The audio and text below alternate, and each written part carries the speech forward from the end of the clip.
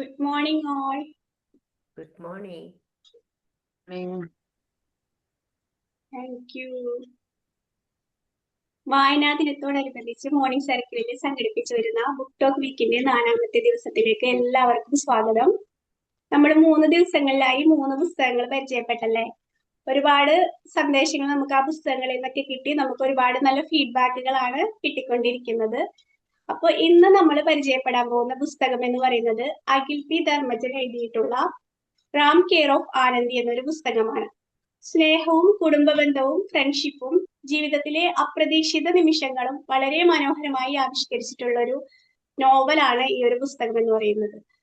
ഈ ഒരു പുസ്തകം വായിക്കുമ്പോൾ നമുക്ക് ഒരുപാട് മെസ്സേജസ് നമുക്ക് കിട്ടുന്നുണ്ട്. ഈ പുസ്തകത്തിലെ സന്ദേശങ്ങളും അതുപോലെ തന്നെ വിശേഷങ്ങളും പങ്കുവെക്കാനായിട്ട് ഇവിടെ നമ്മോടൊപ്പം ജോയിൻ ചെയ്തിട്ടുള്ളത് ഫജറിനിസ മാം ആണ്.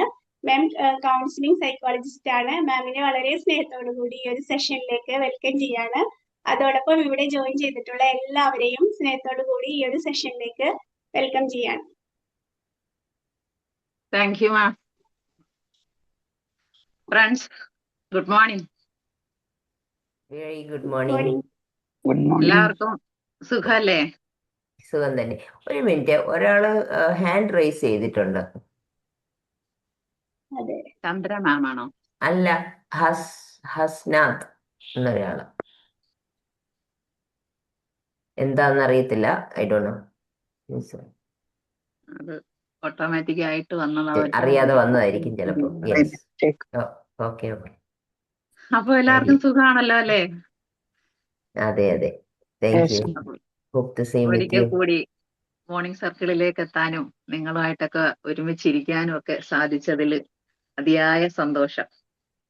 നമ്മള് ശരിക്കും മോർണിംഗ് സർക്കിളിന്റെ കോർഡിനേറ്റർ സജിന മാമിനോടും വിംബിൾ ടീമിനോടും ഒക്കെ എന്നും കടപ്പെട്ടിരിക്കുകയാണല്ലേ.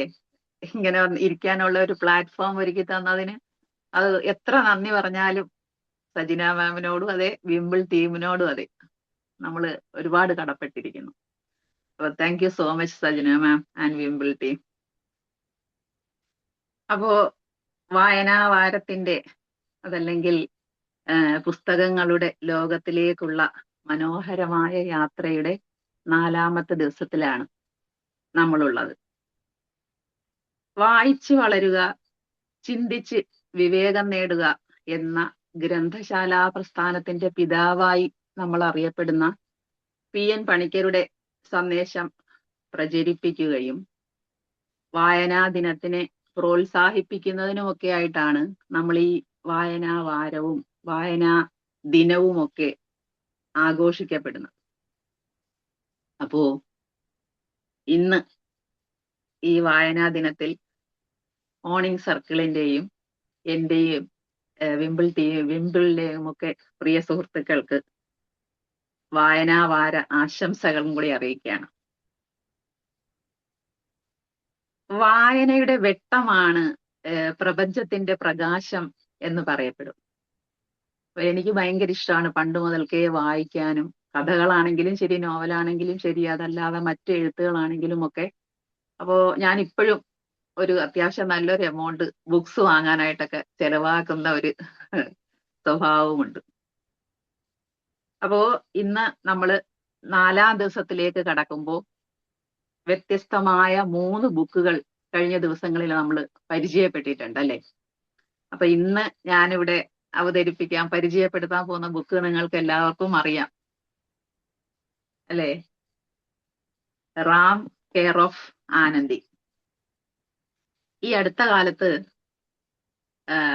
ഉണ്ടായിട്ടുള്ള ഏറ്റവും വലിയ വായനാ തരംഗങ്ങളിൽ ഒന്നായി മാറിയ ഒരു ബുക്കാണ്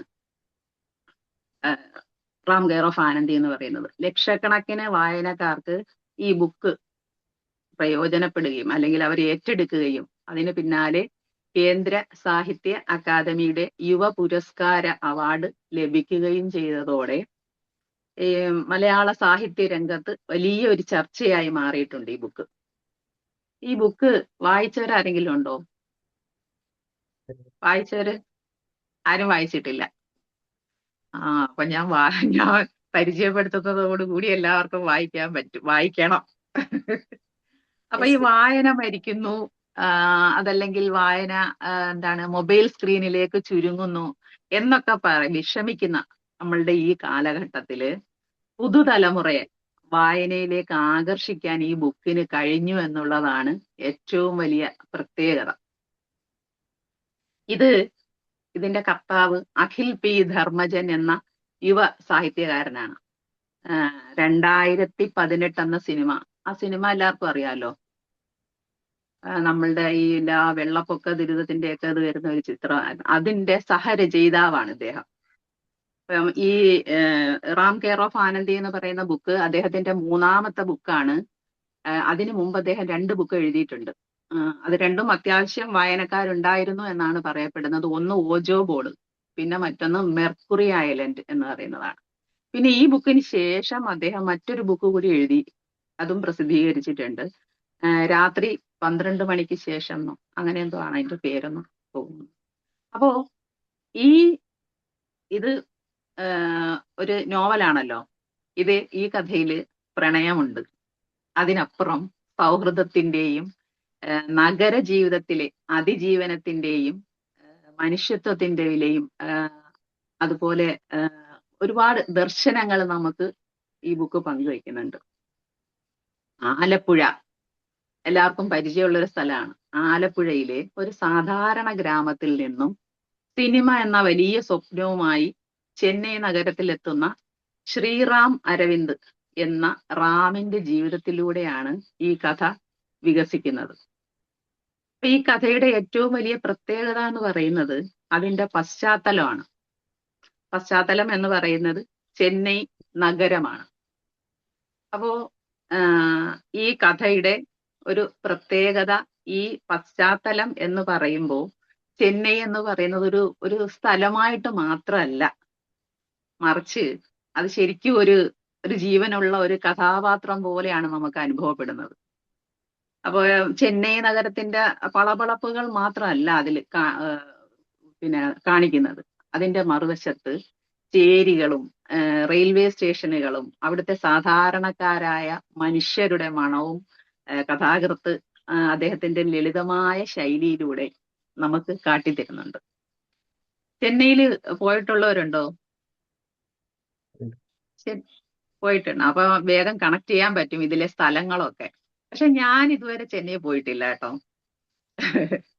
പക്ഷേ ഈ കഥയോടൊപ്പം ഞാനും ചെന്നൈയുടെ തെരുവോരങ്ങളിലൂടെയും പിന്നെ അതുപോലെ നുങ്കമ്പാക്കം റെയിൽവേ സ്റ്റേഷനിലൂടെയും അല്ലിഗ്രാമം, അയ്യപ്പൻ താങ്കൽ, ഗിണ്ടി ഇങ്ങനെയുള്ള സ്ഥലത്തിലൂടെയൊക്കെ ഞാനും സഞ്ചരിച്ചിട്ടുണ്ട്.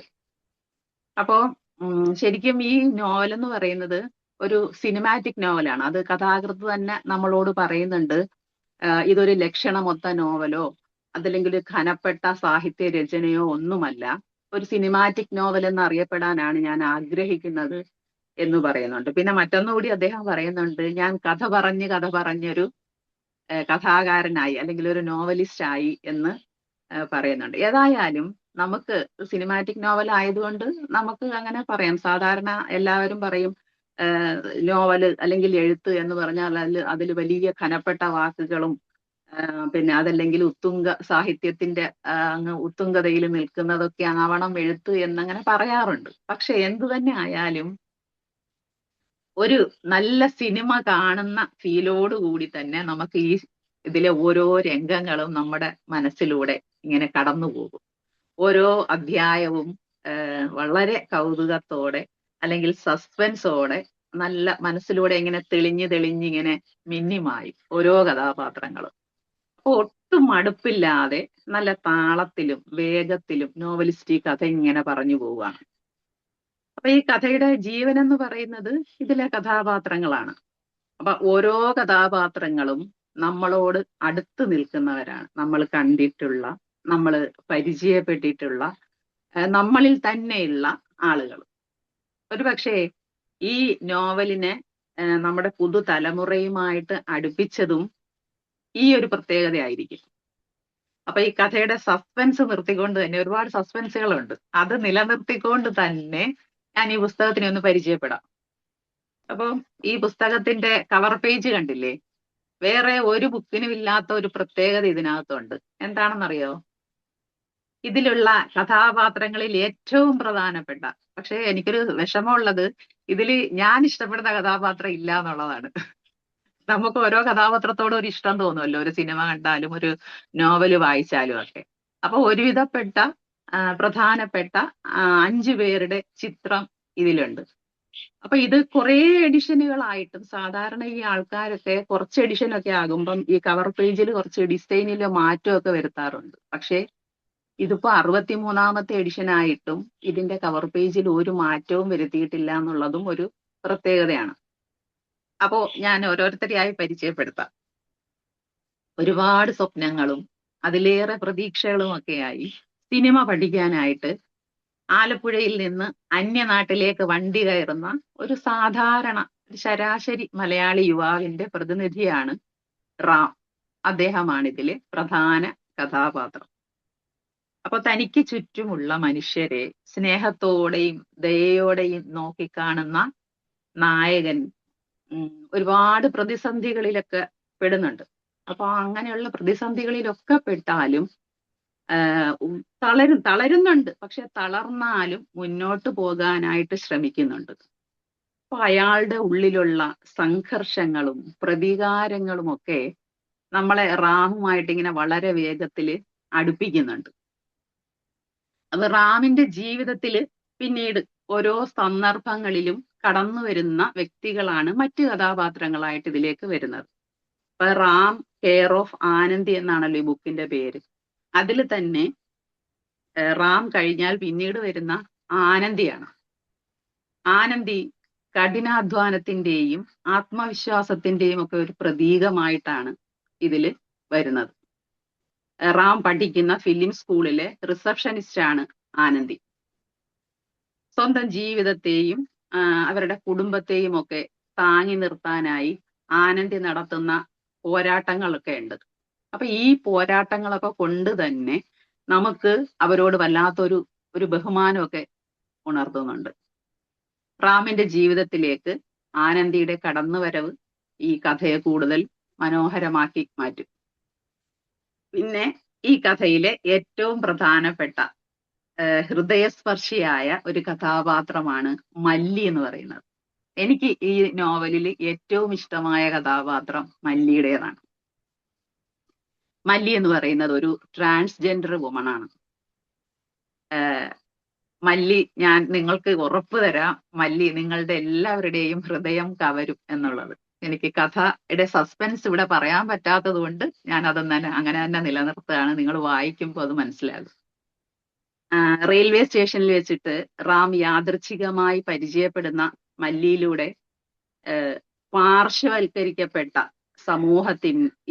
മനുഷ്യൻ ഈ സമൂഹത്തിൽ നേരിടുന്ന ക്രൂരതകളും അവഗണനകളും നോവലിസ്റ്റ് ഈ കഥയിലൂടെ ശക്തമായിട്ട് തുറന്നു കാട്ടുന്നുണ്ട്. അതിനപ്പുറം അവർ മറ്റാരെക്കാളും സ്നേഹിക്കാൻ മടിയില്ലാത്തവരാണെന്ന് നമുക്ക് ഈ കഥയിലൂടെ മനസ്സിലാകും. ഓരോ വായനക്കാരന്റെയും കണ്ണ് നിറയ്ക്കുന്ന ഒന്നാണ് ഈ റാമും മല്ലിയും തമ്മിലുള്ള ഒരു ആത്മബന്ധം. അതിന് നമുക്കൊരു പ്രത്യേക പേരിട്ട് വിളിക്കാൻ ഒരിക്കലും സാധിക്കില്ല. അത് നമ്മളുടെ ഓരോരുത്തരുടെയും കാഴ്ചപ്പാടിന് വിട്ട് തരുതാണ്. അത് എന്ത് തരത്തിലുള്ള ആത്മബന്ധമാണ്. പൊതുവെ നമുക്കൊക്കെ ട്രാൻസ്ജെൻഡറിനോട് ഉള്ള ഈ സമൂഹത്തിന്റെ ഒരു കാഴ്ചപ്പാട് ഒരു പക്ഷേ മാറാൻ ഇതിന് കഴിഞ്ഞേക്കുമായിരിക്കും. ഈ കഥയിലൂടെയൊക്കെ കഴിയും. ഇപ്പൊ എനിക്കാണെങ്കിൽ ഒരു അനുഭവം ഉണ്ട്. ബാംഗ്ലൂർ വെച്ചിട്ട് നമ്മളിങ്ങനെ ഷോപ്പിങ്ങിന് പോകുന്ന സമയത്ത് ഈ ട്രാൻസ്ജെൻഡേഴ്സ് 2-3 പേര് കൂട്ടമായിട്ടൊക്കെ വരും. പക്ഷെ പെട്ടെന്ന് കാണുമ്പം എൻ്റെ മനസ്സിൽ എനിക്കൊരു പേടിയുണ്ടായിരുന്നു. കാരണം ഞാൻ മുമ്പൊക്കെ കേട്ടിട്ടുള്ളതൊക്കെ വെച്ചിട്ട്. അതുപോലെ തന്നെ അവർ വന്നു, നമ്മളെ തോളത്ത് തട്ടിയിട്ട് പൈസ ചോദിച്ചു, ക്യാഷ് ചോദിച്ചു. അപ്പൊ എൻ്റെ മനസ്സിൽ പെട്ടെന്ന് തോന്നിയത്, ഇനി അഥവാ ക്യാഷ് കൊടുത്തില്ല എങ്കിൽ ചിലപ്പോൾ അവർ പിടിച്ചു പറിക്കും, നമ്മളെ ഉപദ്രവിക്കും എന്നൊക്കെ ഉള്ളതായിരുന്നു. പക്ഷെ അങ്ങനെ ഉപദ്രവിച്ചിട്ടൊന്നുമില്ല. സത്യത്തിൽ അന്നേരം ക്യാഷ് ലിക്വിഡ് ക്യാഷ് ആയിട്ട് കയ്യിൽ ഉണ്ടായിരുന്നില്ല. അപ്പൊ ഞാൻ കൂടെ നിൽക്കുന്നവരോടും ചോദിച്ചപ്പോൾ അവരുടെ ആരുടെയും കയ്യിലില്ല. അപ്പോഴും പറഞ്ഞു പിന്നീട് തരാമെന്ന് പറഞ്ഞപ്പോൾ അവർ ചിരിച്ചുകൊണ്ട് തന്നെ പറഞ്ഞു പിന്നീട് തരാമെന്ന് പറഞ്ഞപ്പോൾ അവരങ്ങ് പോവുകയും ചെയ്തു. പക്ഷെ നമ്മൾ ഷോപ്പിംഗ് ഒക്കെ കഴിഞ്ഞ് തിരിച്ച് കറങ്ങി വന്നപ്പോൾ അവരുടെ മുന്നിൽ തന്നെ വന്നു വിട്ടു. അപ്പൊ വീണ്ടും അവർ നമ്മളോട് ക്യാഷ് ചോദിച്ചു. ഒരാളുടെ കയ്യിൽ നിന്ന് 50 രൂപ എടുത്ത് കൊടുക്കുകയൊക്കെ ചെയ്തു. അപ്പോൾ എന്റെ മനസ്സിൽ ആ ഒരു പേടി ഉണ്ടായിരുന്നു. അത് മുമ്പ് ഇങ്ങനെ ഓരോരുത്തർ പറഞ്ഞിട്ടുണ്ട് നമ്മളോട്, ഇങ്ങനെ പോക്കറ്റിൽ കൈയിട്ടൊക്കെ പൈസ എടുത്തുകൊണ്ട് പോകും എന്നൊക്കെ പറഞ്ഞിട്ടുള്ളത് കൊണ്ട് ആ ഒരു ആറ്റിറ്റ്യൂഡ് ആയിരുന്നു നമുക്ക് അവരോട് ഉണ്ടായിരുന്നത്. പക്ഷേ ഞാനൊരു ട്രാൻസ്ജെൻഡറിന്റെ ഒരു ഇന്റർവ്യൂ കണ്ടിരുന്നു. അപ്പൊ അവര് പറയുന്നുണ്ട്, ഇനി ഒരു ജന്മം ഉണ്ടെങ്കിൽ ഒന്നുകിൽ പെണ്ണായി ജനിക്കണം, അതല്ലെങ്കിൽ പൂർണ്ണമായും ഒരു ആണായിട്ട് ജനിക്കണം. ഒരു കയ്യോ കാലോ കണ്ണോ ഒന്നും ഇല്ലാതെ ജനിച്ചാലും എനിക്ക് ഒരു കുഴപ്പവുമില്ല, പക്ഷേ ഇങ്ങനെ ജനിക്കരുത് എന്നവര് പറഞ്ഞപ്പോ ഞാൻ ഈ കഥയുമായിട്ട് അതൊന്ന് കണക്ട് ചെയ്യുമ്പോ നമുക്ക് ശരിക്കും വല്ലാത്ത ഒരു എമ്പതിയാണ് തോന്നുന്നത്. അപ്പോ എന്റെ ആറ്റിറ്റ്യൂഡ് മാറി. എനിക്കിപ്പോ ഇനിയിപ്പോ ഒരു ഇപ്പോഴൊക്കെ ഇപ്പൊ കോമൺ ആയല്ലോ എന്ന് ശരിക്കും. പിന്നെ അത് ഒരുപാട് പേരിങ്ങനെ ആയി. അപ്പോഴ് നമുക്ക് ശരിക്കും ഈ കഥയിലൂടെ ഈ ഇവരോടൊക്കെ വല്ലാത്തൊരു എമ്പതി തോന്നുന്നുണ്ട്. അപ്പൊ അതാണ് മൂന്നാമത്തെ കഥാപാത്രം. ഇനി മറ്റ് കഥാപാത്രങ്ങളായി വരുന്ന പ്രധാനപ്പെട്ട രണ്ടുപേരാണ് വെട്രിയും രേഷ്മയും. ഇവർ രണ്ടാളും റാമിന്റെ ക്ലാസ്മേറ്റ്സ് ആണ്, ഫിലിം സ്കൂളിൽ പഠിക്കുന്നവരാണ്. ഇവർ രണ്ടുപേരും സഹോദരങ്ങളാണ്. പക്ഷേ അവരുടെ അമ്മ രണ്ടുപേരുടെയും അമ്മമാര് രണ്ടാണ്. അതുകൊണ്ട് തന്നെ വെട്രി ഒരു സ്ഥലത്ത് പേയിങ് ഗസ്റ്റ് ആയിട്ട് നിന്നിട്ടാണ് പോകുന്നത്. രേഷ്മ അവളുടെ അമ്മയോടൊപ്പം, അമ്മയുടെയും അച്ഛന്റെ ഒപ്പം വേറെയാണ് വരുന്നത്. പിന്നെയുള്ളത് ഒരു പാട്ടിയാണ്. പാട്ടി എന്ന് പറഞ്ഞാല് അറിയാലോ, ഗ്രാൻഡ് മദർ എന്നുള്ള ഒരു അർത്ഥത്തിലാണ് തമിഴില് പാട്ടി എന്ന് ഉപയോഗിക്കുക. പാട്ടിയുടെ പേയിങ് ഗസ്റ്റ് ആയിട്ടാണ് ആനന്ദിയും വെട്രിയും താമസിക്കുന്നത്. പക്ഷേ രേഷ്മയും റാമും ഇവരും 4 പേരും അവിടെ ഒത്തുകൂടുന്നുണ്ട്. ഇങ്ങനെ ഈ അപരിചിതരായ ഇവര് നഗരത്തില് ഒരുമിച്ച് ജീവിക്കുമ്പോ എങ്ങനെയാണ് ഒരു കുടുംബത്തെക്കാൾ വലിയ തുണയായിട്ട് അവർ പരസ്പരം മാറുന്നതെന്ന് നമുക്ക് ഈ കഥയിലൂടെ മനസ്സിലാകും.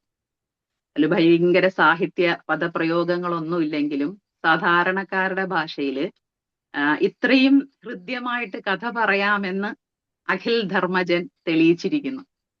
ഞാൻ ഈ അഖിൽ ധർമ്മജൻ എന്ന് പറയുമ്പോഴേ പെട്ടെന്ന് ചിലപ്പോ തെറ്റിപ്പോവേ, വേറൊരു അഖിൽ എന്റെ മനസ്സിൽ ഇങ്ങനെ ഉള്ളത് കൊണ്ടാണ്.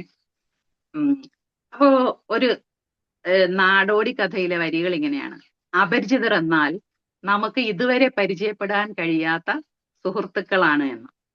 ഈ ഒരു സന്ദേശം നമുക്ക് ഈ പുസ്തകത്തിലൂടെ നന്നായിട്ട് മനസ്സിലാകും. ബന്ധങ്ങളുടെ ഇഴയടുപ്പവും വിലയും ഒക്കെ വായനക്കാർക്ക് മനസ്സിലാക്കി തരുന്ന ഒരുപാട് സന്ദർഭങ്ങളുണ്ട് ഈ കഥയിൽ. ഈ പാട്ടിക്ക് മക്കളില്ല. ഈ മക്കളില്ലാത്തതിന്റെ നോവറിയുന്ന പാട്ടി റാമിനെയും വെട്രിയെയും രേഷ്മയെയും ആനന്ദിയെയും ഒക്കെ ഒരമ്മയുടെ സ്നേഹമസൃണമായ കരുതലും തലോടലും ഒക്കെ കൊണ്ട് അവരെ ഇങ്ങനെ ചേർത്ത് നിർത്തുന്നുണ്ട്. വർഷത്തിലൊരിക്കൽ പാട്ടിയുടെ നാടായ അല്ലി ഗ്രാമത്തിൽ നടക്കുന്ന തിരുവിഴ ഉത്സവം കാണാനായി പാട്ടി ഈ 4 മക്കളെയും കൊണ്ടുപോകും. അവിടെ വെച്ചിട്ട് പാട്ടി ഈ മക്കളെ കൊണ്ടൊരു പ്രതിജ്ഞ, ഒരു കയ്യിലടിച്ചൊരു സത്യം ചെയ്യിക്കുന്നുണ്ട്. ഭാവിയില് ഒരുപക്ഷെ നിങ്ങൾ പല വഴിക്ക് പിരിഞ്ഞു പോയേക്കാം. പക്ഷേ എങ്ങനെ നിങ്ങൾ പിരിഞ്ഞു പോയാലും, എത്ര തിരക്കാണെങ്കിലും, ഞാൻ ഇല്ലാതെ ആയാലും ശരി, മക്കൾ 4 പേരും ഈ ഭൂമിയിൽ എവിടെയെങ്കിലും ഉണ്ടെങ്കിൽ നിങ്ങൾ ഈ തിരുവിഴയ്ക്കായി അല്ലി ഗ്രാമത്തിലേക്ക് വരികയും അവിടെ വെച്ച് ഒത്തുചേരുകയും ചെയ്യണം എന്ന് പറയുന്ന. അപ്പൊ ഇത് നമ്മുടെ മനസ്സിൽ നിന്ന് മായാത്ത ഒരു ഭയങ്കര നല്ലൊരു മുഹൂർത്തമാണ്. കാരണം എന്ന് പറഞ്ഞാൽ സ്നേഹത്തോടെ ഒരു അമ്മ സ്വന്തം മക്കളെ കൂട്ടിച്ചേർത്ത് പിടിച്ചു പറയുന്നതാണ്, നിങ്ങൾ എങ്ങനെയൊക്കെ പോയാലും ഒരു സംഗമം നിങ്ങൾക്ക് ഇടയിൽ ഉണ്ടാകണം എന്ന്. കഥ ഇങ്ങനെ വായിച്ച് അതിന്റെ ഏതാണ്ട് ഒരു പകുതിയിലൊക്കെ എത്തുമ്പോൾ പ്രണയവും സൗഹൃദവും ഒക്കെ നിലനിൽക്കുന്നുണ്ടെങ്കിലും തികച്ചും ആകാംക്ഷാഭരിതമായ ഒരു ത്രില്ലർ സ്വഭാവത്തിലേക്കൊക്കെ ഈ നോവൽ ഇങ്ങനെ മാറുന്നുണ്ട്. ആനന്ദിയുടെ ഭൂതകാലത്തില് സംശയം തോന്നുന്ന രേഷ്മ മറ്റാരും അറിയാതെ വെട്രിയുമായി നടത്തുന്ന ഒരു യാത്രയുണ്ട്. അത് ഒരുപാട് സസ്പെൻസ് ഒക്കെ ഉള്ളതാണ് ആ യാത്ര. അതുപോലെ അല്ലി ഗ്രാമത്തിലേക്ക് പോകുമ്പോൾ ആനന്ദിക്ക് ട്രെയിൻ കിട്ടാതെ വരും. അപ്പോ ആനന്ദിയും രേഷ്മയും ആനന്ദിയും റാമും കൂടി ഒരുമിച്ചാണ് പിന്നീടുള്ള യാത്ര പോകുന്നത്. അപ്പൊ അത് അവര് ബസ്സിലും ട്രെയിനിലും പിന്നെ മറ്റ് വണ്ടികളിലും ഒക്കെ ആയിട്ടാണ് ആ യാത്ര മുന്നോട്ട് പോകുന്നത്. അപ്പോ അതൊരു വല്ലാത്ത ഒരു സംഭവബഹുലമായ കുറെ അനുഭവങ്ങളൊക്കെ അതിൽ വരുന്നുണ്ട്. അതൊക്കെ ഈ വായനക്കാരും ഇതിന്റെ ഒരു മുൾമുനയിൽ ഇങ്ങനെ നിർത്തിക്കുന്നുണ്ട്. അത് ശരിക്കും സസ്പെൻസ് ആണ്. അത് വായനയിലൂടെ തന്നെ അനുഭവിച്ചറിയേണ്ട ഒരു കാര്യമാണ്. അതുകൊണ്ട് ഞാൻ അതൊന്നും വെളിവാക്കുന്നില്ല. ഈ വായനയിലൂടെ നമുക്ക് അനുഭവവേദ്യമാകുന്ന ചില ജീവിത പാഠങ്ങളൊക്കെ ഉണ്ട്. അതൊക്കെ ഈ ബുക്ക് വായിക്കുന്നതിലൂടെ നമുക്ക് കിട്ടാൻ തോന്നും, കിട്ടുന്നതായിട്ടൊക്കെ തോന്നും. അപ്രതീക്ഷിതമായിട്ടുള്ള ഒരുപാട് സംഭവങ്ങളുണ്ട്, കൂടിക്കാഴ്ചകളൊക്കെ ഉണ്ട്. ഇതൊക്കെ നമ്മുടെ ജീവിതത്തിന്റെ ദിശയെ തന്നെ മാറ്റിമറിക്കും. പക്ഷെ ഈ മാറ്റങ്ങളൊക്കെ നമ്മൾ മനസ്സുകൊണ്ട് സ്വീകരിക്കുകയും ഉൾക്കൊള്ളുകയും ചെയ്യണം എന്ന ഒരു തിയറി നമുക്കിതിൽ നിന്ന് മനസ്സിലാകും. നായകൻ റാം സിനിമ പഠിക്കാനായിട്ടാണല്ലോ ചെന്നൈയിലേക്ക് എത്തുന്നത്. പക്ഷേ സിനിമ എഴുതണം, സിനിമ പഠിക്കണം, നോവൽ എഴുതണം എന്നൊക്കെയുള്ള ആവേശത്തിൽ വരുന്ന റാം ഇടയ്ക്ക് തന്റെ ലക്ഷ്യത്തിൽ നിന്ന് ലക്ഷ്യം മറന്ന് മുന്നോട്ട് പോകുന്നതായിട്ടൊക്കെ നമുക്ക് തോന്നാറുണ്ട്. പിന്നെ ജീവിതത്തില് ചില ആളുകൾ കുറച്ചു കാലം മാത്രമേ കൂടെ ഉണ്ടാവുകയുള്ളൂ. പക്ഷേ അവർ നൽകുന്ന അനുഭവങ്ങളും ഓർമ്മകളുമൊക്കെ ജീവിതകാലം മുഴുവനും നമ്മളെ സ്വാധീനിച്ചേക്കും. അങ്ങനെ ചില ആളുകള് ഈ ഇതിലുമുണ്ട്. മല്ലിയും ആനന്ദിയും ഒക്കെ അങ്ങനെയുള്ളതാണ്. ഈ മല്ലിക്ക് ഒരു ദുരന്തം ഉണ്ടാകുന്നുണ്ട് ഇതില്. അപ്പൊ ഇത് റാമിനെ വല്ലാതെ തളർത്തും. കാരണം റാമും ഞാൻ പറഞ്ഞല്ലോ, റാമും മല്ലിയും തമ്മിലുള്ള ഒരു ആത്മബന്ധത്തിനെ എങ്ങനെ വിവരിക്കണമെന്ന് അറിയില്ല. അപ്പൊ അത്രയും അടുപ്പമുണ്ടായിരുന്ന ഒരാൾക്ക് പെട്ടെന്നുണ്ടാകുന്ന ആ ദുരന്തം ഉൾക്കൊള്ളാൻ തന്നെ റാമിന് കഴിയുന്നില്ല. അപ്പൊ റാമ് നാട്ടിൽ അമ്മയെ വിളിച്ചിട്ട് ഭയങ്കര താങ്ങാനാവാത്ത സങ്കടത്തോടെ പൊട്ടിക്കരയുന്നുണ്ട്. അപ്പോ പറയുന്നുണ്ട്, അമ്മേ ഈ ചെന്നൈ കൊള്ളില്ല, ഇവിടുത്തെ ആളുകൾ ഒന്നും കൊള്ളില്ല, ഞാന് പഠിക്കുന്നില്ല, തിരിച്ച് നാട്ടിലേക്ക് വരികയാണ് എന്ന് പറയുന്നുണ്ട്. അപ്പൊ അമ്മ ആശ്വസിപ്പിക്കും. അമ്മ പറയും, നീ വന്നോളൂ, അച്ഛനെ ഞാൻ കൺവിൻസ് ചെയ്തോളാം, പക്ഷേ നീ ഇപ്പൊ അവിടെ നിൽക്കേണ്ടത് ആവശ്യമാണ്, നിനക്ക് ചെയ്യാൻ പറ്റുന്നതൊക്കെ നീ മല്ലിക്കായി ചെയ്തു കൊടുക്കണം എന്ന് പറയുന്നുണ്ട്. പക്ഷെ അമ്മ അങ്ങനെ ആശ്വസിപ്പിക്കുമെങ്കിലും എന്താണ്, കടൽ പോലെ പ്രക്ഷുബ്ധമാണ് അവന്റെ മനസ്സ്. അവന്റെ മനസ്സിലെ പ്രതികാരവും ആ ഒരു വികാരവും ഒക്കെ വായനക്കാരിലേക്കും കൂടി പകരുന്നുണ്ട്. നമ്മുടെ പാട്ടിക്കൊരു പത്മിനി കാറുണ്ട്. അവരുടെ ഭർത്താവിന്റെ മരണശേഷം അവരൊരിക്കലും അതിൽ കയറിയിട്ടില്ല. പക്ഷെ അതിങ്ങനെ കഴുകി വൃത്തിയാക്കി തുടച്ച് വെക്കും. അപ്പൊ ഈ മക്കളൊക്കെ ഇങ്ങനെ കളിയാക്കും, ഇങ്ങനെ കയറാത്ത ഒരു കാറിനെ ഇങ്ങനെ കഴുകി വൃത്തിയാക്കിയൊക്കെ വെക്കുന്നത് എന്തിനാണെന്ന് പറഞ്ഞിട്ട് കളിയാക്കും. പക്ഷേ അതിന്റെ പിറകില് ഒരു കഥയുണ്ട്. ആ കഥ പറയുമ്പോഴാണ് പാട്ടിയുടെ നെഞ്ചിലെരിയുന്ന ആ നെരിപ്പോടിനെ കുറിച്ച് വായനക്കാരും മനസ്സിലാക്കുന്നത്.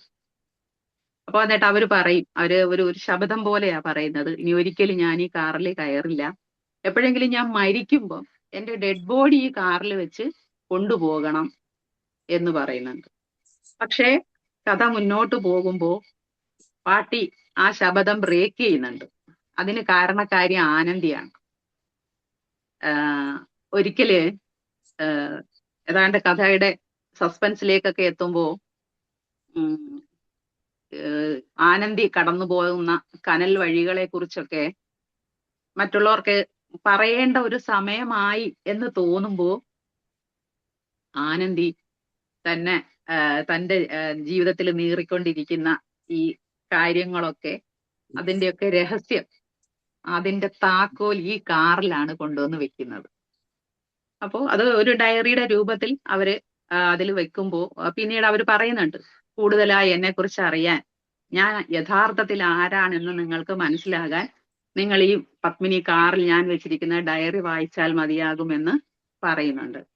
അപ്പൊ അത് അവരെല്ലാരും വായിക്കുന്നുണ്ട്. വായിച്ചതിന് ശേഷം പാട്ടി ചോദിക്കും, ഇത്രയും സ്ഥലം ഇവിടെ ഉണ്ടായിട്ടും നീ എന്തുകൊണ്ട് എന്റെ പത്മിനി കാറ് തന്നെ തിരഞ്ഞെടുത്തു എന്ന്. അപ്പോ ആനന്ദി മറുപടി പറയുന്നത്, പാട്ടിയുടെ ശബദം ബ്രേക്ക് ചെയ്യുക എന്നുള്ളത് തന്നെയായിരുന്നു എന്റെ ലക്ഷ്യം.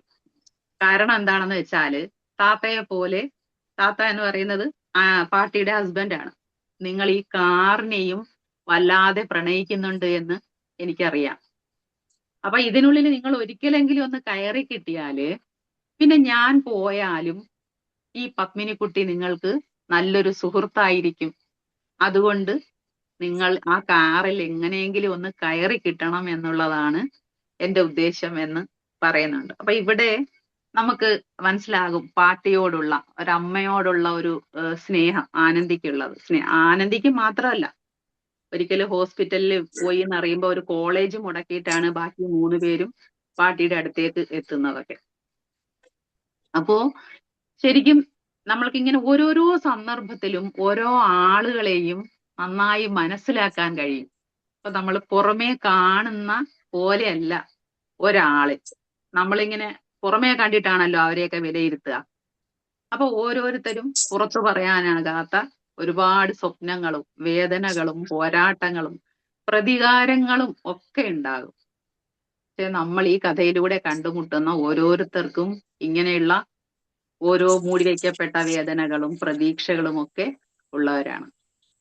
നമ്മളുടെ ജീവിതത്തിൽ നമ്മൾ അങ്ങനെയാണല്ലേ, പുറമേ കണ്ടിട്ട് വിലയിരുത്തും.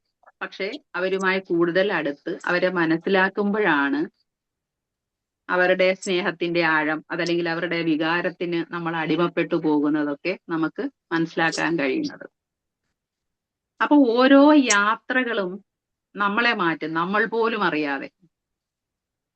പുതിയ സ്ഥലങ്ങൾ കാണുന്നു എന്നതിനേക്കാൾ ഉപരി നമുക്ക് നമ്മുടെ സ്വന്തം മനസ്സിനെ മനസ്സിലാക്കാനുള്ള അവസരമാണ് യാത്രകൾ എന്ന് പറയുന്നത്. അങ്ങനെ ചില തിരിച്ചറിവുകൾ ആനന്ദിനും റാമിനും ഒക്കെ ഉണ്ടാകുന്നുണ്ട്. ചില യാത്രകള് അതിന്റെ ലക്ഷ്യസ്ഥാനത്തേക്ക് എത്തുക എന്നുള്ളതല്ല, നമ്മളെ സ്വയം കണ്ടെത്തുന്നതിന് വേണ്ടിയാണെന്ന് റാം കെയർ ഓഫ് ആനന്ദി നമ്മളെ പഠിപ്പിക്കുന്നുണ്ട്.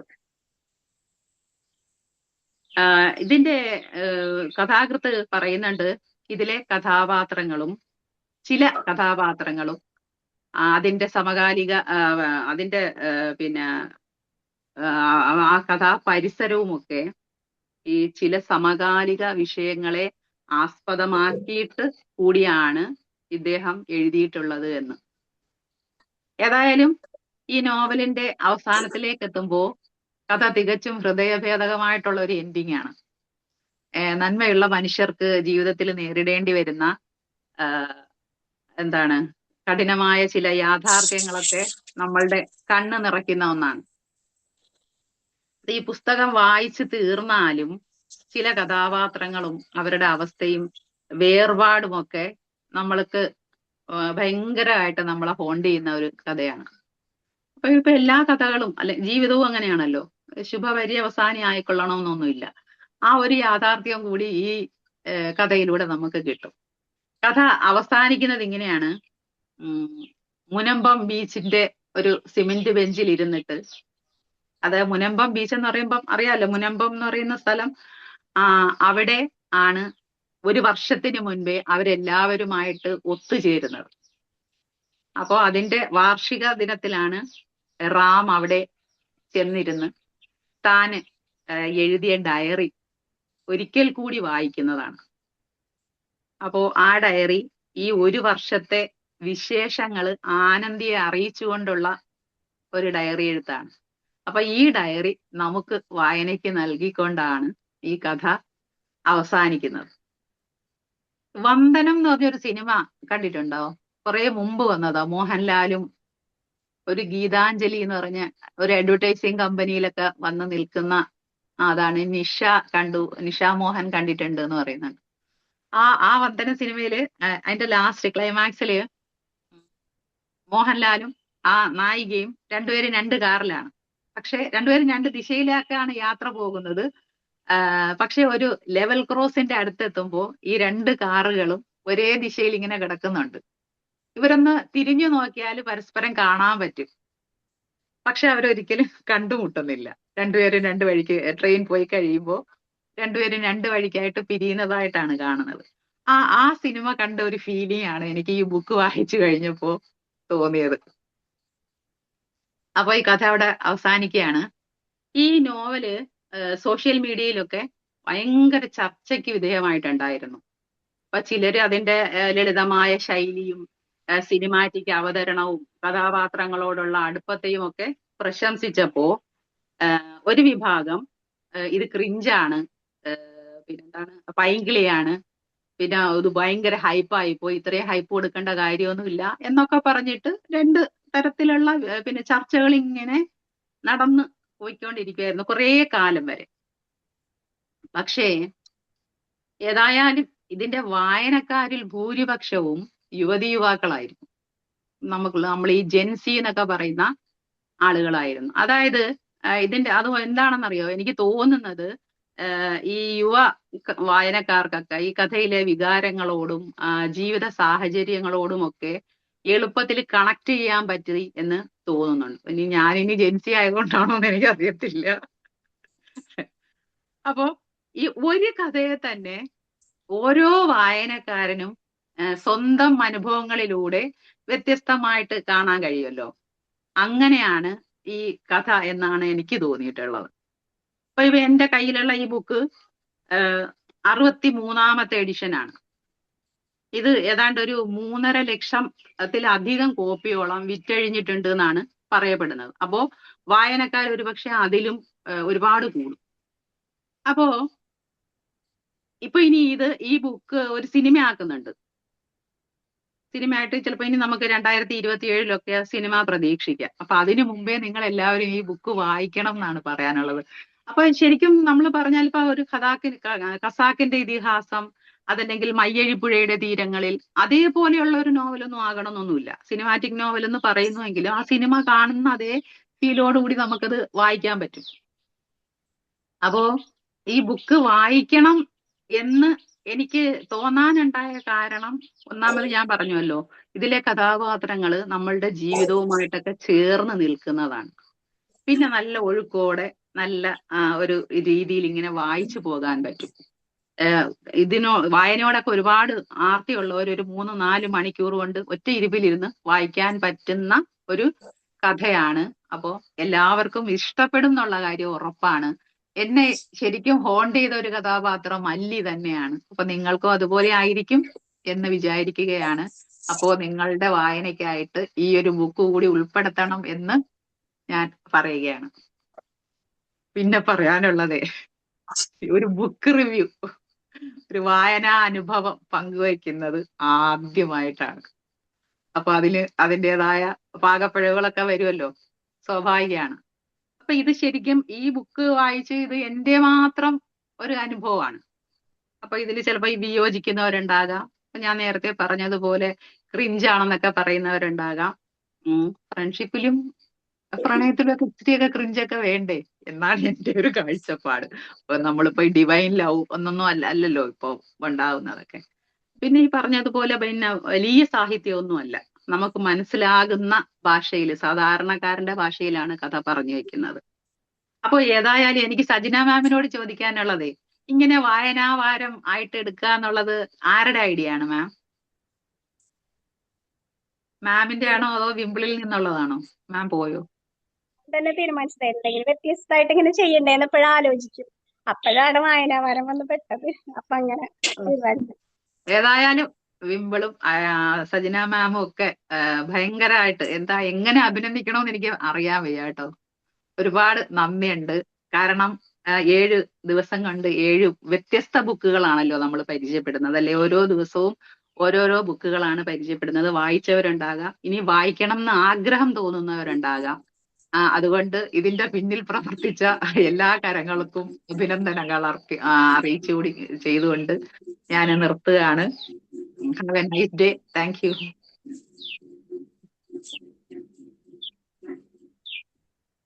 Good morning. Good morning, ma'am. Thank you very much for a wonderful narration of the story. കേട്ടോ, ഇത് ആക്ച്വലി ഇത് പറഞ്ഞിരുന്നില്ല, ഇത് അതിലെ കഥാപാത്രങ്ങളുടെ അവസ്ഥ നമുക്ക് അങ്ങ് ഫീൽ ചെയ്യുമെന്ന്. അപ്പൊ ഈ നറേഷനിൽ കൂടി തന്നെ അതൊന്ന് ഫീൽ ചെയ്യാൻ പറ്റി. അപ്പൊ അത് വായിക്കണമെന്നൊക്കെയുള്ള ഒരു ആഗ്രഹം തീർച്ചയായിട്ടും നമുക്ക് കൊണ്ടു തന്നു. കാരണം ആസ് ഇറ്റ് ഈസ് പറഞ്ഞ കാര്യങ്ങളൊക്കെ ഓരോ ക്യാരക്ടറിനെ ഇൻട്രൊഡ്യൂസ് ചെയ്തത് കൊണ്ട് അവർ കടന്നുപോയ ആ ബുദ്ധിമുട്ടുകളൊക്കെ ഇങ്ങനെ പറഞ്ഞു. പക്ഷെ എന്നാൽ അതിനകത്ത് കുറേ സസ്പെൻസ് ഉണ്ട് താനും. അപ്പൊ എന്തായിരിക്കും എന്നറിയാൻ എന്ന വായനക്കാർക്ക് ത്രെഡ് ഇട്ട് ഒരാകാംക്ഷ. കൊടുക്കുന്നതാണ്. പിന്നെ അത് വികസിപ്പിച്ച് നിങ്ങൾ എടുത്തോളണം എന്നുള്ളതാണ്. അതാ ഒരു അപ്പൊ 320 പേജോളം ഉണ്ട്. ഓക്കെ, വലിയൊരു ബുക്കാ. അത്യാവശ്യം വലിയൊരു ബുക്കാണ്. ആ മാത്രല്ല ഇത് ഞാൻ പറഞ്ഞല്ലോ, ആനുകാലികമായിട്ടുള്ള ചില നടന്ന സംഭവങ്ങളെ കൂടി ആസ്പദമാക്കിയിട്ടാണ്. അതിന്റെ ഒരു ചെറിയ നോട്ടും ഇതിൽ കൊടുക്കുന്നുണ്ട്, മുമ്പ് ആണല്ലേ. വന്ന പത്ര വാർത്തകളുടെയൊക്കെ. ഓക്കെ. അപ്പോൾ ഈ പേരെങ്ങനെ വന്നു എന്ന് എന്തെങ്കിലും ഒരു ഐഡിയ ഉണ്ടോ? ഈ റാം കെയർ ഓഫ് ആനന്ദി എന്നുള്ളത്. കാരണം അത് അവര് താമസിക്കുന്ന പാർട്ടിയുടെ വീട്ടിലല്ലേ, അപ്പൊ പിന്നെ എങ്ങനെ ഈ റാം കെയർ ഓഫ് ആനന്ദി? അത് അത് ഒരു കണക്കിന് നോക്കിയാല് കഥ വായിക്കുമ്പോ മനസ്സിലാകും. ഇതിലെ മനസ്സിലാവോ? പ്രധാനപ്പെട്ട രണ്ട് കഥാപാത്രങ്ങളാണ് റാമും ആനന്ദിയും. റൈറ്റ്. ഇദ്ദേഹം തന്നെ പറയുന്നുണ്ട്, ഇത് ഈ KLF എന്ന് പറഞ്ഞിട്ട്, മറ്റേ കേരള ലിറ്റററി ഫെഡറേഷൻ, ഓക്കെ. അത് ഫെസ്റ്റിവൽ അങ്ങനെ ഉള്ള ഒരു ഇതില് ഇദ്ദേഹം ഇന്റർവ്യൂവിൽ പങ്കെടുക്കുന്നുണ്ട്. അപ്പൊ എന്നെ അത്ഭുതപ്പെടുത്തിയ ഒരു കാര്യമുണ്ട്. അതില് വന്നിരിക്കുന്നവരെല്ലാവരും യുവാക്കളായിരുന്നു. അപ്പോ അദ്ദേഹം ചോദിക്കുന്നുണ്ട്, ഈ കഥ എത്ര പേര് വായിച്ചിട്ടുണ്ട്? ഒരു 10,000-15,000 പേര് വരുണ്ടാവും. ചോദിച്ചപ്പോ കൈ പൊക്കിയ ഒരു 90% പേരും ചെറുപ്പക്കാരായിട്ടുള്ളവരായിരുന്നു. അത് ഭയങ്കരമായിട്ട് എനിക്ക് അപ്പോഴിങ്ങനെ ചോദിക്കുന്നുണ്ട്, റാം അഖിലാണോ എന്ന് ചോദിക്കുന്നുണ്ട് അദ്ദേഹത്തോട്. കാരണം അഖിൽ പി ധർമ്മജനും ആലപ്പുഴക്കാരനാണ്. അദ്ദേഹം ചെന്നൈയിൽ പോയിട്ടാണ് ഈ കഥ എഴുതുന്നത്. അദ്ദേഹവും സിനിമ പഠിക്കാൻ വേണ്ടിയിട്ട് അവിടെ പോയിട്ടുണ്ട്. സിനിമാ മേഖലയുമായിട്ട് അടുത്ത് നിൽക്കുന്ന ആളൊക്കെയാണ്. അപ്പോഴ് പറയുന്നുണ്ട്, റാം ഞാനല്ല, പക്ഷെ ഒരുപാട് മറ്റുള്ളവരുടെ മാനറിസങ്ങൾ ഇതിലേക്ക് കൊണ്ടുവരാൻ വേണ്ടി ഞാൻ ശ്രമിച്ചിട്ടുണ്ട്. പിന്നെ മറ്റേത് മല്ലി എന്ന് പറയുന്നത് ഒരു യഥാർത്ഥത്തിൽ അദ്ദേഹം അനുഭവിച്ചിട്ടുള്ള ഒരുപാട് സംഗതികൾ അതിൽ പറയുന്നുണ്ട്.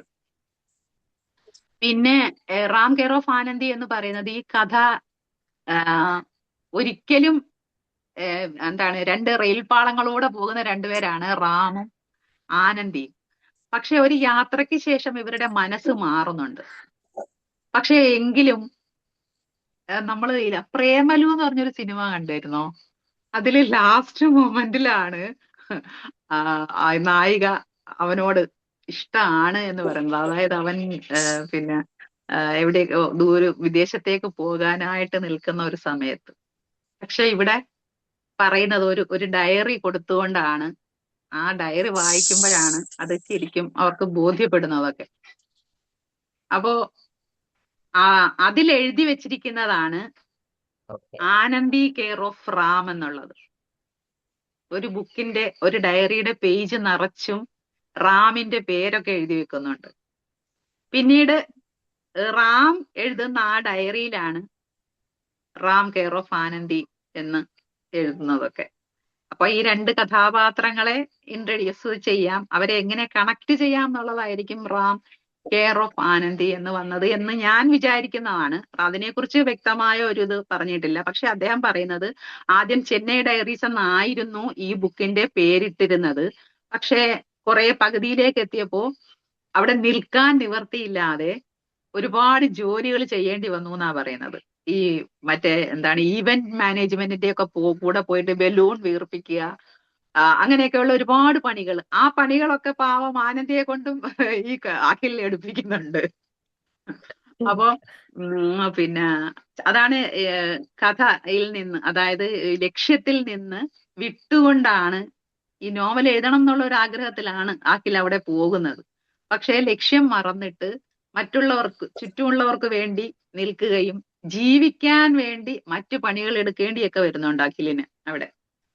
അത് തന്നെ നായകനിലേക്ക് അത് പറയുന്നുണ്ട്. അപ്പോ അതുകൊണ്ടാണ് പിന്നീട് ഒരു സംഭവബഹുലമായ കുറെ ഇതിലേക്ക് ഇടിച്ചു കയറ്റി അതിനുവേണ്ടി സഞ്ചരിക്കാത്ത വഴികളിലൂടെയൊക്കെ സഞ്ചരിച്ചു എന്നൊക്കെ പറയുന്നുണ്ട് ഇതില്.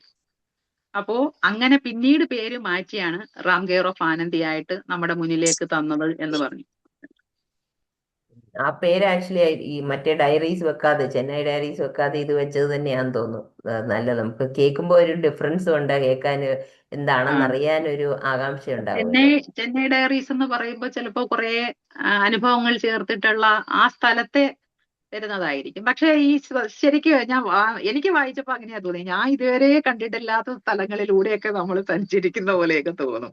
ഒരു സിമന്റ് ബെഞ്ചിലും എന്നിട്ട് ആ വാഗപ്പൂക്കൾ ഇങ്ങനെ വന്ന് വീഴുന്നതും ആ വാഗപ്പൂക്കളുടെ പുറത്തൂടെ ഇങ്ങനെ ചവിട്ടി അവർ നടന്നു പോകുന്നതും ഒക്കെ നമ്മൾ ഇന്ന് എന്തെങ്കിലും അവിടെ പോകുമ്പോ ഈ സ്ഥലത്തൊക്കെ ഒന്ന് പോവുകയും അവിടെ ഇരിക്കുകയും വേണമെന്ന് തോന്നും. ഇമാജിനേഷനെ നന്നായിട്ട് ഉണർത്തും അല്ലേ, അത് വായിക്കുന്നതന്നെ നമ്മൾ തന്നെ മനസ്സിൽ അത് കാണുന്ന പോലെ. ഓക്കെ, വെരി ഗുഡ്, ബ്യൂട്ടിഫുൾ ആയിട്ട് അത് നെറേറ്റ് ചെയ്തു. ഫുൾ നെറേഷൻ അല്ലെങ്കിലും അതിനെപ്പറ്റി നല്ലൊരു അറിവ് എന്താണെന്ന് അറിയാൻ ഞങ്ങൾക്കൊക്കെ ഒരു ആകാംക്ഷയും കൂടെ വരുത്തി അത് വായിക്കണമെന്നുള്ള ഒരു ആഗ്രഹമൊക്കെ ഉണ്ടാക്കി തന്നു. So thank you very much, congratulations, വളരെ നന്നായിട്ട് അത് പ്രസന്റ് ചെയ്തതിന്. Thank you okay, ma'am. Thank U. Thank you Nisha ma'am for your feedback. ആരൊക്കെയോ എഴുതിയിട്ടുണ്ടായിരുന്നു. ഭയങ്കര ഇമോഷണൽ ആയിട്ടാണ് മാമിന്റെ ആ ഒരു ബ്രേക്ക് ആയി പോന്നല്ലോ, ബ്രേക്ക് ആയി പോന്നു, മനസ്സിലായില്ല പറഞ്ഞൊന്നും. റേഞ്ച് കുറവാണെന്ന് തോന്നുന്നു. മഴയാണോ? ക്ലിയർ ആണോ? ബ്രേക്ക് ആയി പോകുന്നു സച്ചിന.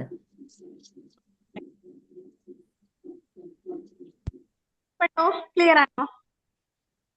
ക്ലിയർ ആണോന്ന് ചോദിച്ചത് കേട്ടു അല്ലേ? അതെ അല്ലെ. അല്ല, ഞാൻ പറയായിരുന്നു രാവിലെ തന്നെ ഇമോഷണൽ ആക്കി കളഞ്ഞു. ഭയങ്കര അടിപൊളി പ്രസന്റേഷൻ ആയിരുന്നു കേട്ടാ.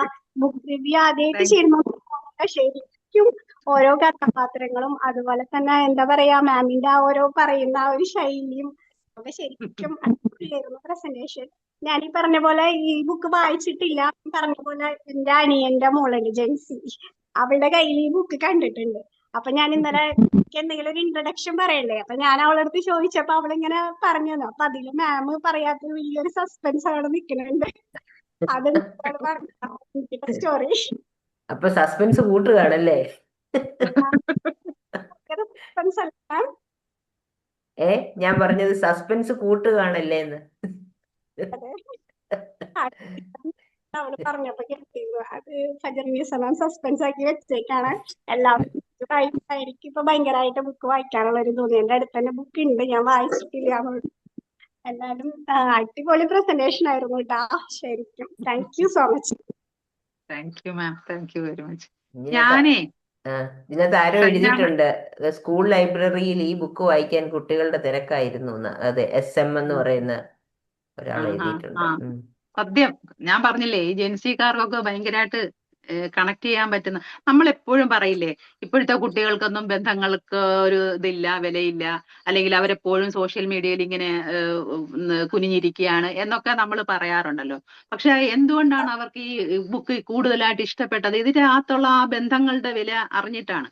അതിന് സൗഹൃദമാണെങ്കിലും ശരി, ആ സ്വന്തം അമ്മയോടും പിന്നെ പാട്ടിയോടും ഒക്കെയുള്ള ആ ഒരു സ്നേഹമാണെങ്കിലും ശരി, അവർക്ക് ബന്ധങ്ങളോടൊക്കെ ഭയങ്കര താല്പര്യം ഉണ്ട് എന്നല്ലേ നമ്മൾക്ക് അതിൽ നിന്ന് മനസ്സിലാക്കാൻ പറ്റുക. എല്ലാവരും പറയാറുണ്ട് കുട്ടികൾക്കൊന്നും ഇപ്പോ സ്വന്തക്കാരോടില്ല, ബന്ധുക്കളോടില്ല. അതായത് എന്തെങ്കിലും ഒരു ഫംഗ്ഷനോ മറ്റോ വരുമ്പോ ഇവർ അതിൽ നിന്ന് വിട്ടു നിൽക്കും എന്നൊക്കെ പറയും. പക്ഷെ അത് അവർക്ക് അവിടെ എന്താണ് ഒരു സ്പേസ് നമ്മൾ കൊടുക്കാത്തത് കൊണ്ടുകൂടിയാകും. അപ്പൊ നമ്മൾ അവരെ ചേർത്ത് നിർത്തിയാൽ അവര് നമ്മളോടൊപ്പം ഉണ്ടാകും എന്നുള്ളതാണ്. ഇവിടെ ഇത് വേറൊരാളും നമ്മുടെ സംന പുങ്ങാടനും എഴുതിയിട്ടുണ്ട് കേട്ടോ. ഇത് നെഗറ്റീവ് റിവ്യൂസ് കുറെ കണ്ടതുകൊണ്ട് വായിക്കാൻ തോന്നിയില്ല. പക്ഷെ ഇപ്പൊ ഇത് കേട്ട് കഴിഞ്ഞപ്പോ വായിക്കണമെന്ന് തോന്നുന്നത്. സോ ദാറ്റ്സ് എ വായിക്കണം. ഞാനും നെഗറ്റീവ് റിവ്യൂസ് കുറെ കേട്ടിട്ടുണ്ടായിരുന്നു, പോസിറ്റീവ്സ് കുറവായിരുന്നു. പക്ഷെ ജെൻസി ഇഷ്ടപ്പെടുമ്പോ അതിനകത്ത് എന്തെങ്കിലും ഒന്നും ഉണ്ടാവുമല്ലോ.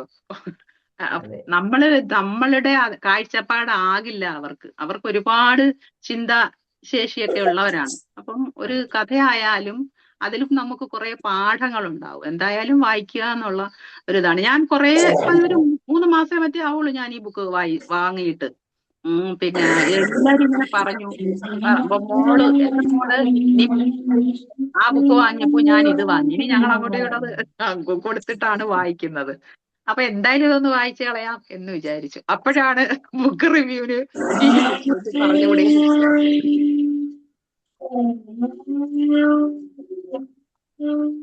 അഞ്ജലിയുടെ അവിടെ നിന്ന് നല്ല ഡിസ്റ്റർബൻസ് ഗുഡ് വരുന്നുണ്ട്. മോർണിംഗ് മാം.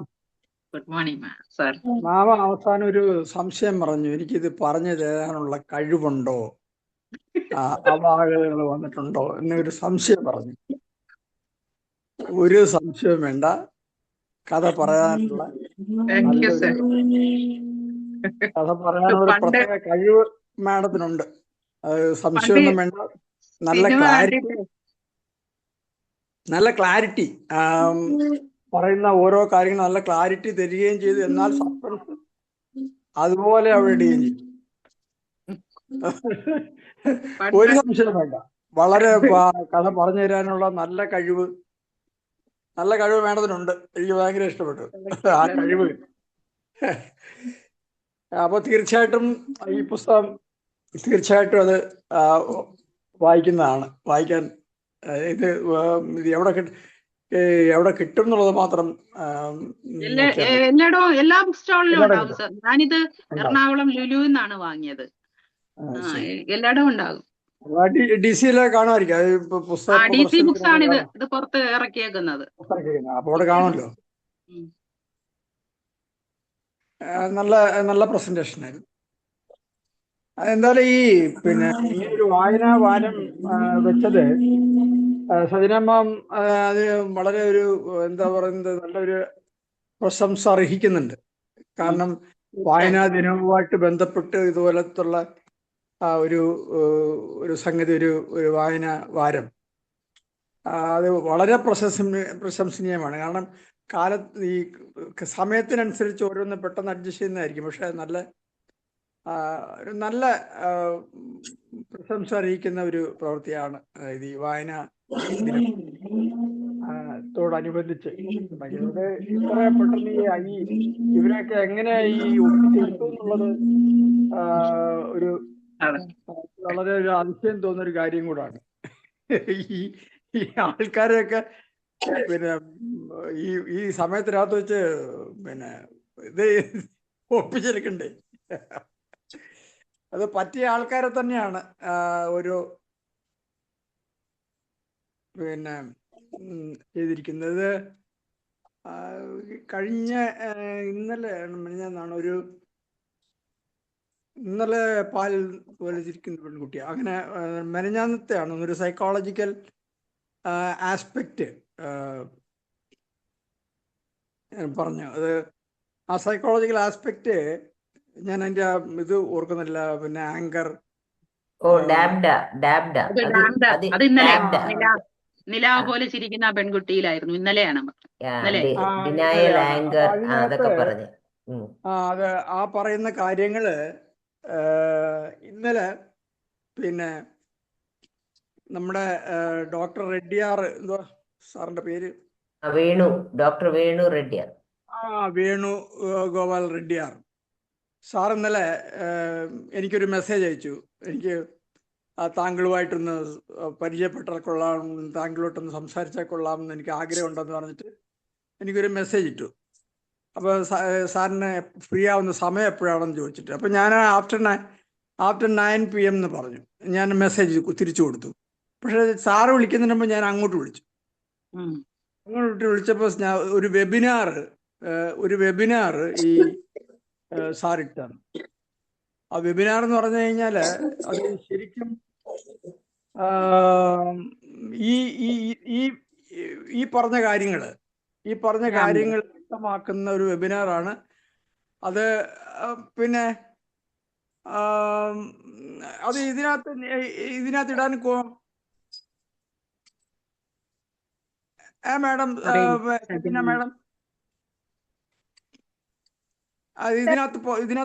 ഇതിനകത്ത് പോസ്റ്റ് ചെയ്യാൻ പറ്റുമോ ആ വെബിനാറിന്റെ റെക്കോർഡിങ്? സജന ഇതില് പോസ്റ്റ് ചെയ്യാന്ന് വെച്ച് കഴിഞ്ഞാൽ എന്താണ് സാറ്? റെക്കോർഡാണോ? ഗ്രൂപ്പിലാണോ? അത് കേൾക്കണം. അത് കേൾക്കണം എന്ന് പറഞ്ഞു കഴിഞ്ഞാല് ഞാൻ അതിശയിച്ചു പോയി. ഒരു ഫിസിഷ്യൻ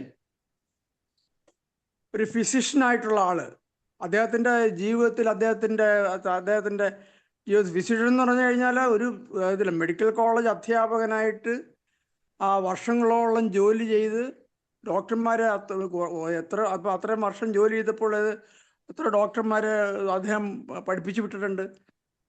അപ്പോൾ അത്ര എക്സ്പീരിയൻസ് ആയിട്ടുള്ള ആൾ USA എന്നിട്ട് USA ഡോക്ടറായിട്ട് ജോലി ചെയ്യുകയും പിന്നെ ആ 19 വർഷത്തിനകത്ത് വെച്ചിട്ട് അദ്ദേഹം 2 പ്രാവശ്യം പുള്ളിക്കാരനെ ജോലിയിൽ നിന്ന് പുറത്താക്കുകയും ലീഗലായിട്ട് ആ സാറ് അതിനെ ഫൈറ്റ് ചെയ്ത് അതിന് വിജയം വരിച്ചതും ഒക്കെ വളരെ പറയുന്നുണ്ട്. അപ്പം അത് ഈ 5 കാര്യങ്ങൾ പറഞ്ഞ് ആ 5 കാര്യങ്ങൾക്ക് പറഞ്ഞിരിക്കുന്ന എക്സാമ്പിൾ നമ്മൾ ഇന്ത്യയിൽ നിന്നുള്ളതാണ്. ആനുകാലികമാണ്. എനിക്ക് അതിശയിച്ചു പോയി. ഞാൻ അദ്ദേഹം ശരിക്കും പറഞ്ഞാൽ ഒരു ഫിസിഷ്യൻ എന്നുള്ള ഇതിൽ നിന്ന് ഒരു സൈക്കോളജിസ്റ്റായിട്ട്, സൈക്കോളജി എന്ന് പറഞ്ഞാൽ പോരാ, ഭയങ്കര ഒരു പ്രാക്ടിക്കലായിട്ട് അദ്ദേഹം സൈക്കോളജിയിൽ എത്രമാത്രം ഉന്നതിയിൽ എത്തിയിരിക്കുന്നു എന്നുള്ളതിന് വ്യക്തമാക്കുന്ന ഒരു സെമിനാർ. അങ്ങനെ എനിക്ക് ഇന്നലെ രാത്രിയിൽ അത് കേട്ട് കഴിഞ്ഞപ്പോൾ 11:30 മണിയോളമായി അത് കേട്ട് കഴിഞ്ഞപ്പോൾ. അത്രയ്ക്ക് നമ്മൾ ഈ ആനുകാലികമായിട്ടുള്ള കാര്യങ്ങൾ പറയുമ്പോൾ നമുക്കത് സാർ ഏതൊക്കെ രീതിയിലാണ് അത് ചിന്തിച്ചു പോകുന്നത്, ഏതൊക്കെ എത്രമാത്രം പിന്നെ അത് ആ സംഗതികളുമായിട്ട് ഇഴുകി ചേർന്നിരിക്കുന്നു, അത് എങ്ങനെ മാത്രം അത് നമ്മുടെ മനസ്സിലെ സന്നിവേശിപ്പിക്കുന്നു എന്നൊക്കെയുള്ള ഞാൻ അതിശയിച്ചു പോയി ആ സാറിൻ്റെ കഴിവ് ശരിക്കും കേട്ടോ. സാറ് നമ്മളതിൻ്റെ ഇടയ്ക്ക് എപ്പോഴൊക്കെ സാറ് അപ്പിയർ ചെയ്തിട്ടുണ്ടെന്ന് തോന്നുന്നല്ലേ? മോർണിംഗ് സർക്കിളിൽ സാധാരണ ഇല്ല, മറ്റേ ട്രെയിനേഴ്സ് ടോക്കിൽ വരാറുണ്ട്, അല്ലെങ്കിൽ മറ്റേ ഇംഗ്ലീഷ് സ്പേസിൽ വരാറുണ്ട്, അങ്ങനെ പലയിടത്ത് വരാറുണ്ട്. പുള്ളിയുടെ അത് ഇവിടെ പോസ്റ്റ് ചെയ്തില്ലെങ്കിലും വി കൻ സീ ഇറ്റ്. പുള്ളിയുടെ ഒരു ചാനലുണ്ട്, വേണു റെഡ്ഡിയാർ എന്നും പറഞ്ഞ്, ഡോക്ടർ വേണു. അവിടെ കയറിയാൽ കാണാൻ പറ്റും. ആഴ്ചയിൽ ഒരിക്കൽ പുള്ളി ഇടാറുണ്ട്. അപ്പം എല്ലാ ആഴ്ചയിലും പുള്ളിയുടെ ഇതുണ്ട്, വെബിനാറുണ്ട്. So if you are interested അതിനകത്ത് കയറി നോക്കിയാൽ എല്ലാം കാണാം. എല്ലാ ആഴ്ചയിലും പുള്ളി ഇടും. അയ്യോ, നമുക്കൊന്നും ചിന്തിക്കാൻ പറ്റില്ല കേട്ടോ, നമുക്കൊന്നും ചിന്തിക്കാൻ പറ്റില്ല ആ രീതിയിൽ. എന്നുവെച്ചാൽ എത്രമാത്രം ഭയങ്കര എന്നുവെച്ചാൽ നമ്മൾ ആലോചിക്കുക പോലും ചെയ്യാത്ത ലെവലിലേക്കാണ് കാര്യങ്ങൾ പോകുന്നത്. ഭയങ്കര സാറിൻ്റെ ഭയങ്കര തലയാണ് കേട്ടോ. ഭയങ്കര തലയെന്ന് പറഞ്ഞു കഴിഞ്ഞാൽ ഒരു ഫിസിഷ്യൻ എന്നുള്ള ലെവലൊന്നും ഒന്നുമല്ല പിന്നെ സൈക്കോളജിക്കൽ ലെവലിലേക്ക് പോകുന്നത്. അത്രയ്ക്ക് വളരെ എനിക്കങ്ങ് വല്ലാതെ മനസ്സിനെ വല്ലാതെ പിന്നെ ആകർഷിച്ച. ശരിക്കും പറഞ്ഞു കഴിഞ്ഞാൽ സാറിൻ്റെയൊക്കെ മുമ്പിൽ ഞാനൊന്നും ഒന്നുമല്ല, ഒരു തൃണം. വളരെ സാറ് അത്രയും പറഞ്ഞു കഴിഞ്ഞപ്പോഴേ. എനിവേ, നമുക്ക് റാം കെയർ ഓഫ് ആനന്ദിയുടെ ഇമ്പോർട്ടൻസ് കളയണ്ട. ആർക്കെങ്കിലും അതിനെപ്പറ്റി കൂടുതലായിട്ട് പറയാനുണ്ടെങ്കിൽ ഞാൻ പറഞ്ഞപ്പോഴേ അത് ഈ 5 പോയിന്റ്സ് അതിനകത്ത് വന്നതും ഇത് മാഡം വളരെ നല്ലതായിട്ട് പ്രസന്റ് ചെയ്തെന്ന് പറഞ്ഞു കഴിഞ്ഞാൽ കഥ പറയാൻ ഉള്ള പ്രത്യേക കഴിവ് ഉള്ള ആള് തന്നെയാണ്, അതിനകത്ത് ഒരു സംശയം വേണ്ട. Thank you so much. Thank you madam. Heartful congratulation. Good morning. Good morning. അടിപൊളി പ്രസന്റേഷൻ ആയിരുന്നു. ഞാൻ ഈ റാം കെയർ ഓഫ് ആനന്ദി ഞാൻ വായിച്ചൊരു പുസ്തകമാണ്. ശരിക്കും അതിലെ കഥാപാത്രങ്ങളൊക്കെ വീണ്ടും ഒന്നുകൂടെ ഓർമ്മപ്പെടുത്തി. അല്ലി, അതൊന്നും നമുക്ക് ഒരിക്കലും മറക്കാനേ പറ്റില്ല. വായിച്ചു കഴിഞ്ഞു കഴിഞ്ഞാലും ഈ കഥാപാത്രം ഞാൻ പറഞ്ഞ അതേ ഫീലിങ്സ് ഒക്കെ ഉണ്ടായോ? ഓഫ് കോഴ്സ്, ഒന്നും പറയാനില്ല അതിനകത്ത്. ആ ഒരു പാട്ടി, അതുപോലെ ആ കാറ്, അതൊക്കെ വീണ്ടും വീണ്ടും ആ കാറ് കഴുകുന്നതും, അതുപോലെ ആ കാറൊക്കെ ശരിക്കും ഒരു കഥാപാത്രം തന്നെയാണ് ഇതില്. ശരിക്കും കാറ് ശരിക്കും അതിനകത്ത് ഒരു കഥാപാത്രമായിട്ടാണ് വരുന്നത്. മാം പറഞ്ഞില്ലേ ചെന്നൈ ഒരു കഥാപാത്രം പോലെയാണ്, ലൈക്ക് അതേപോലെ തന്നെയാണ് ഈ ഒരു കാറും നമുക്ക് ഫീൽ ചെയ്യുന്നത്. ആ ഒരു ഫീലിങ്സ് ഭയങ്കരമായിട്ടുള്ള, വായിക്കാത്തവരുണ്ടെങ്കിൽ തീർച്ചയായിട്ടും ഈ നോവലൊന്ന് വായിച്ചിരിക്കണം. അടിപൊളി പ്രസന്റേഷൻ ആയിരുന്നു. Thank you so much. Thank U.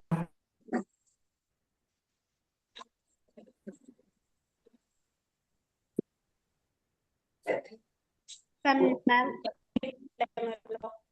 വളരെ നല്ലൊരു review social media negative reviews ഒരുപാട് കണ്ടിരുന്നുണ്ട്. വായിക്കാൻ തോന്നിയിട്ടില്ല, പക്ഷെ ഈ ഒരു സെഷനിലൂടെ വായിക്കാൻ ഇഷ്ടം തോന്നി. ഞാൻ താങ്ക് യു ശരിക്കും മാം. എന്റെ അനിയന്റെ മോളുടെ ഈ ബുക്ക് കണ്ടപ്പോ ഞാൻ വെച്ചു, പിന്നെ റിവ്യൂസ് ഒക്കെ നമുക്ക് ചെയ്താ, പക്ഷെ മാം പറഞ്ഞപ്പോഴാണ് ഇത് ശരിക്കും ആണെന്ന് മനസ്സിലായത്. എന്തായാലും ഇനി എന്റെ അടുത്ത് വീട്ടിൽ തന്നെ ഉണ്ട്, വാങ്ങിക്കണം. വേഗം വായിച്ചിട്ട് റിവ്യൂ പറയണേ. പറയാം. Deepti ma'am, thank you. Good morning ma'am. Good morning sir.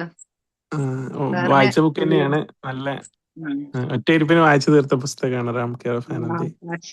കുറെ ആയി, കുറച്ച് മുമ്പ് വായിച്ചതാണ്. എന്തായാലും വീണ്ടും കഥാപാത്രങ്ങളെല്ലാം ഓർമ്മിപ്പിച്ചതിന് മാമിന് പ്രത്യേകം നന്ദി. Thank you sir. സാറിന് എങ്ങനെയുള്ള ഒരു ഫീലിംഗും തോന്നിയില്ല? സാറല്ലേ ഉണ്ട്, പറഞ്ഞത് അതെ അതെ, മാം പറഞ്ഞതൊക്കെ തന്നെയാണ്. ഒരു നമ്മളെ പെട്ടെന്ന് കണക്ട് ചെയ്യുന്ന, പിടിച്ചിരുത്തുന്ന ഒരു നോവലാണ്. എന്താണ് നെക്സ്റ്റ് എന്ന് അറിയാനായിട്ടൊരു ആഗ്രഹം ഉണ്ടാവും. എനിക്ക് മാം പറഞ്ഞ പോലെ തന്നെ എനിക്ക് അതിനായിട്ട് ഇഷ്ടപ്പെട്ട കഥാപാത്രം റാമുനേക്കാളും ആനന്ദിയേക്കാളൊക്കെ മല്ലി തന്നെയാണ്. Thank you ma'am. Thank you sir. Thank you so much.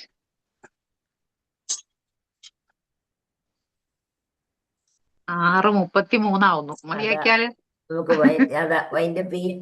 നമുക്ക് വൈൻഡപ്പ് ചെയ്യാം. ഇനി എല്ലാരും ഫീഡ്ബാക്കുകളൊക്കെ ഗ്രൂപ്പിൽ അറിയിക്കുക.